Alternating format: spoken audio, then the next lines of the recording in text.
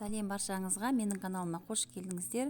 Бір жұмыртқадан жасалатын кекстің рецептімен бөлісетін боламын. Құрамы қолжетімді, міндетті түрде соңына дейін қараңыздар. Менің каналыма тіркелмеген болсаңыздар, менің каналыма тіркеліп қоңырауды басуды ұмытпаңыздар.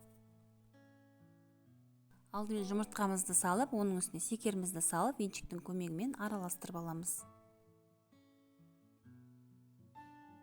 Араластырып алғаннан кейін сұйық майымызды құйып, оның үстіне сүтімізді құйып, барлығын тағы да жақсылап араластырып аламыз. Ұнымыздың үстіне разрыхителімізді салып, араластырып, ситадан өткізіп саламыз. Ұнды бірден салмаңыздар, екі бөлікке бөліп салыңыздар. Ұнымызды салып, барлығын жақсылап араластырып аламыз.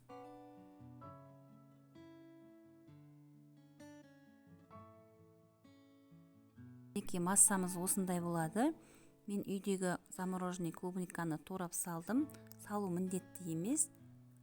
Түрлі жаңғақтар салуға болады, бірақ аз мөлшерде салу керек. Кекске арналған форма болмағаннан кейін 24 сантиметрлі форма пайдаландым. Астына пергамент қағазын төсеп алып, ортасына стакан қойдым. Массамыздың барлығын салып, 180 градус қызып тұрған пеште 30-35 минут пісіріп алатын боламыз. Стаканның айналасын пышақтың көмегімен түртіп жіберіп алсаңыздар, өте оңай алынады.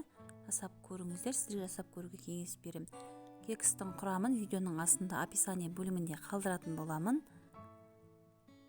Үстіне осылай сахарный пудраны сеуіп шықтым. Өте дәмді болып шықты. Менің балаларыма өте қатты ұнады. Жасап көріңіздер, жасап көруге кеңес беремін. Менің каналыма тіркелуді ұмытпаңыздар. Сіздермен бірге болған Салима.